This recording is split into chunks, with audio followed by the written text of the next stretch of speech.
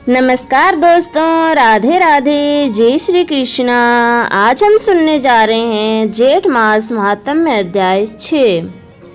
पूर्व समय में सतयुग के उत्तम निषेध नामक नगर में हेमकुंडल नाम वाला कुबेर के सदृश्य धनी वैश्य रहता था, जो कुलीन, अच्छे काम करने वाला, देवता, अग्नि और ब्राह्मण की पूजा करने वाला, खेती का काम करता था। वह गौ, भैंस, घोड़े आदि का पालन करता था।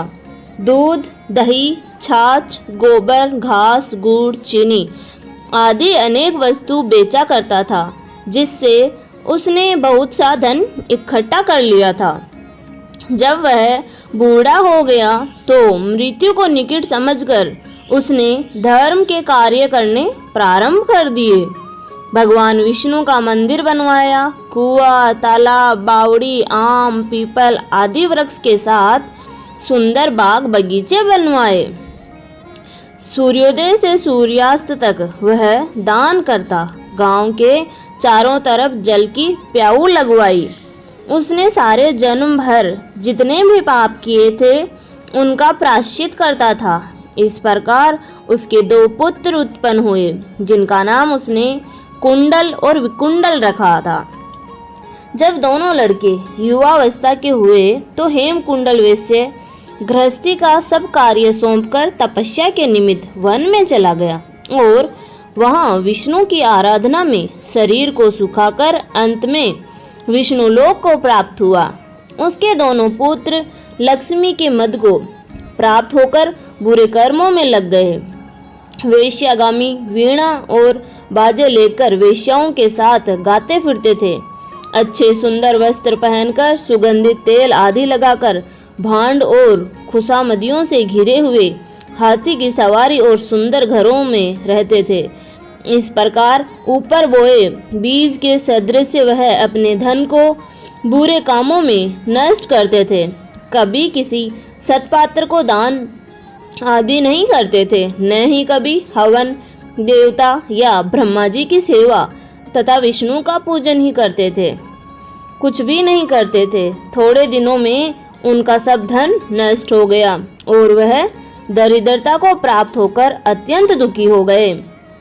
भाईजन, सेवक, परिवारजन, अपजीवी सब इनको छोड़कर चले गए।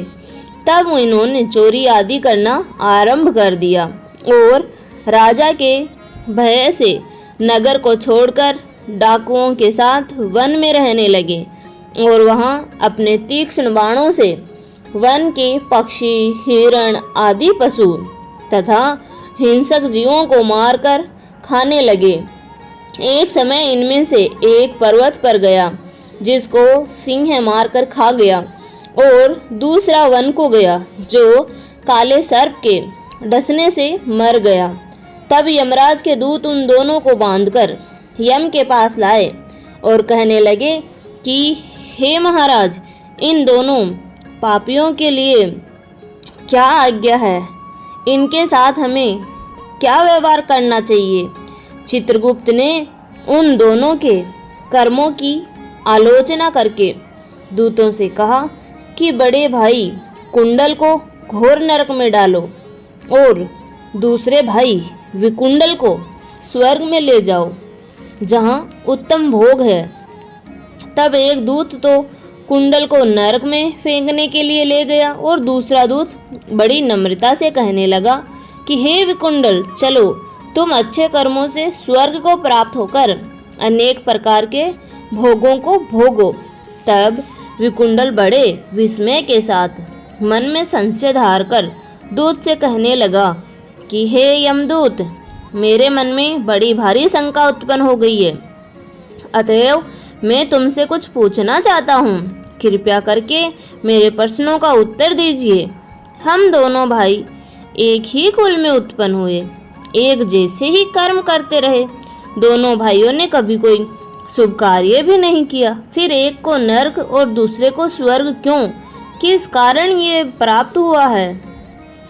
मैं अपने स्वर्ग में आने का कोई कारण नहीं देखता। तब यमदूत कहने लगा कि हे विकुंडल, माता पिता पुत्र पत्नी भाई बहन से सब संबंध जन्म के कारण होते हैं और जन्म कर्म को भोगने के लिए ही प्राप्त होते हैं। जिस प्रकार एक वृक्ष पर अनेक पक्षियों का आगमन होता है, उसी प्रकार इस संसार में पुत्र भाई माता पिता का भी संगम होता है। इनमें से जो जैसे जैसे कर्म करता है वैसे ही फल भोगता है। तुम्हारा भाई अपने पाप कर्मों से नरक में गया, तुम अपने पुण्य कर्म के कारण स्वर्ग में जा रहे हो। तब विकुंडल ने आश्चर्य से पूछा कि मैंने तो आजन्म कोई धर्म का कार्य नहीं किया, सदैव पापों में ही लगा रहा। मैं अपने पुण्य के कर्म को नहीं जानता। यदि तुम मेरे पुण्य के कर्म को जानते हो तो कृपया करके बताइए। तब देवदूत कहने लगा कि मैं सब प्राणियों को भली भांति जानता हूँ, तुम नहीं जानते। सुनो, हरे मित्र का पुत्र सुमित्र नाम का ब्राह्मण था, जिसका आश्रम यमुना नदी के दक्षिणोत्तर दिशा में था। उसके साथ जंगल में ही तुम्हारी मित्रता हो गई और उसके साथ तुमने 2 बार जेठ मास में श्री यमुना जी में स्नान किया था। पहली बार स्नान करने से तुम्हारे सब पाप नष्ट हो गए और दूसरी बार स्नान करने से तुमको स्वर्ग प्राप्त हुआ है। सो हे वैश्यवर, तुमने 2 बार जेठ मास में स्नान किया, इसी के पुण्य के फल से तुमको स्वर्ग प्राप्त हुआ है और तुम्हारा भाई नरक को प्राप्त हुआ है। दत्तात्रेय जी कहने लगे कि इस प्रकार वह भाई के दुखों से अति दुखित होकर नम्रता पूर्वक मीठे वचनों से दूतों से कहने लगा कि हे दूतों, सज्जन पुरुषों के साथ 7 पग चलने से मित्रता हो जाती है और यह कल्याणकारी होती है। मित्र प्रेम की चिंता न करते हुए तुम मुझको इतना बताने की कृपा करो कि कौन से कर्म से मनुष्य यमलोक को प्राप्त नहीं होता, क्योंकि तुम स्वर्ग हो। धन्यवाद दोस्तों, आशा करती हूँ आपको ये जानकारी अच्छी लगी होगी। ऐसी ही जानकारी प्राप्त करने के लिए आप हमारे चैनल को सब्सक्राइब करना ना भूलें, लाइक शेयर एंड कमेंट जरूर करें। धन्यवाद।